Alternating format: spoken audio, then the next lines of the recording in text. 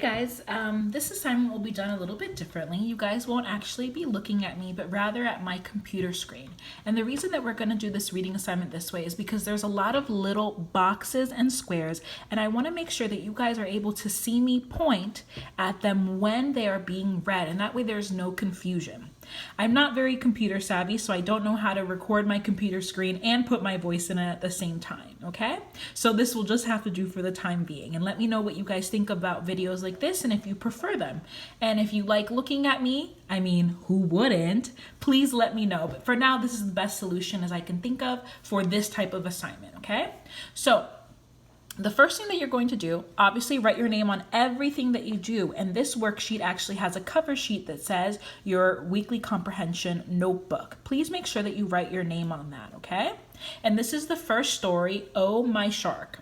And it says, read the story 2 times and mark any important information in your reading. So you guys can take your highlighter, and if you see something that is important, you would highlight it. Something that you think you might need for later. And if you notice, you guys can already tell that there is a bold print word. That means it's a little thicker and darker than the rest. So that's obviously going to be something important, and it's going to come up later, okay? Now, before we even start reading it, we're actually going to answer the questions here on the side. If you see, I just highlighted them on my screen, and it says predictions. Make a prediction about what you will be reading about. Just by looking at the picture and the story, it's titled, Oh My Shark. What do you think this is going to be about? And remember, I do want this in a full sentence. So a nice suggestion for you guys might be, I think this story will be about blah, blah, blah, blah, blah, blah, and you give your answer, okay? And I always say that there's never a right or wrong, but obviously we want to use our logic skills. There is a shark on the cover. The title is titled, Oh My Shark. I am obviously not going to write, this is a story about me visiting my grandma. Okay, so I want you to use those reasoning skills and look at it logically. What do we think it's going to be about? Is it going to be fiction, nonfiction? What do we think? The next question that we should answer is, what genre is this story? What do we think that it is going to be? Okay? And then after you read the story, it says, what connections can you make with this story? To the text, to the self, or to the world? Can you relate to this? What does this have to do with you? What do you have in common with it? What did you think about it? Okay? What connection can you make with this text? Do you happen to know anything about sharks prior to this? And now I'm going to read the story. And remember, it says to read it twice, and I won't read it twice, but you guys can always rewind me if you need to, okay? And I'll start right here. It was a typical day. It was a typical day at the beach near our house. This was my family's favorite beach, and we had been swimming here since I was a young girl. On this day, we leaped out of the car and dropped our things to run into the water.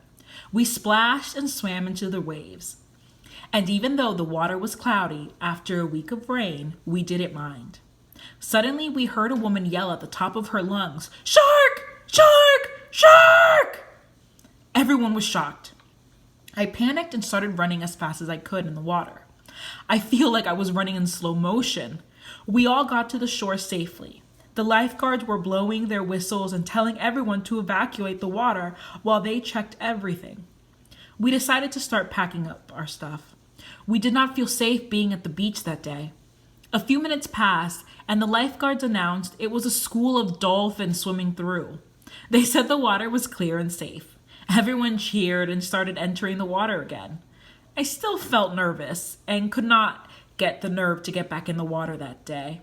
I really had it in my head that there was a shark in the water. Oh my. Okay, and you guys can pause it and hear it again if you need to. Now we're going to start answering the questions. Answer the following questions. Make sure to use evidence from the text to support your answer. So everything, you must have proof for everything that you say, okay? And you can even cite it from the paragraph. And the first question says, what does the word evacuate in paragraph 3 mean? Okay, many of you have heard that word, but let's say that you never have. Based on what's around it in the text, what do you think it means? And I'll reread the sentence that it's in, okay?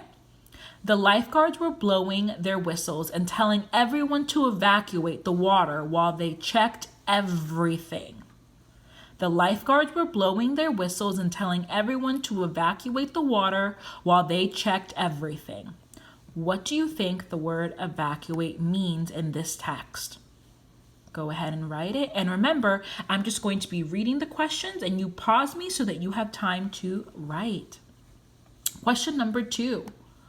What is the main idea of the story? What is the purpose? Why was this written?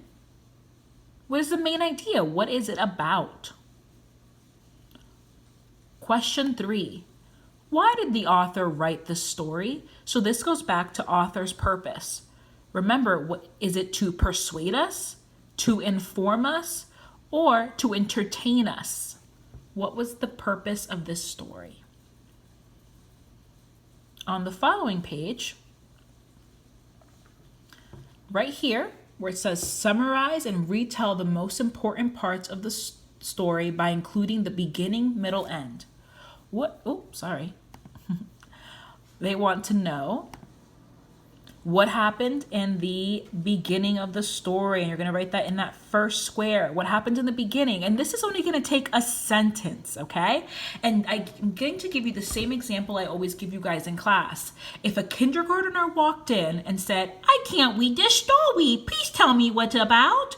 How would you tell a kindergartner about this? Summarize it. Break it up by paragraphs. What happened in the first paragraph, the middle paragraphs, and what happened at the end. So tell me, B is for beginning, obviously. Tell me what happened in the beginning. Then I want to know what's occurring in the middle. And this is usually like the most important part. Okay? Ooh, my phone's falling. Sorry. I really wish I was more technology savvy, guys. And then the third part is what happened at the end. Remember, it's just going to take 3 sentences per. It's not going to take any more than that. Okay? And now we're going to focus on this section where it says predictions.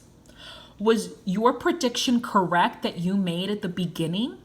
What helped you make your prediction? So that first question that we answered that we did before we read, we want to know what it's going to be.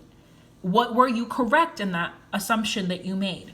And you can be honest and write, yes, I was correct, or no, I wasn't correct. Maybe you thought this was going to be an informative text and you were wrong. And it turned out to be a story. Okay? And the very last thing is here on the bottom. And it says, writing core skills. Write about a time you encountered something that frightened and stopped you from continuing on.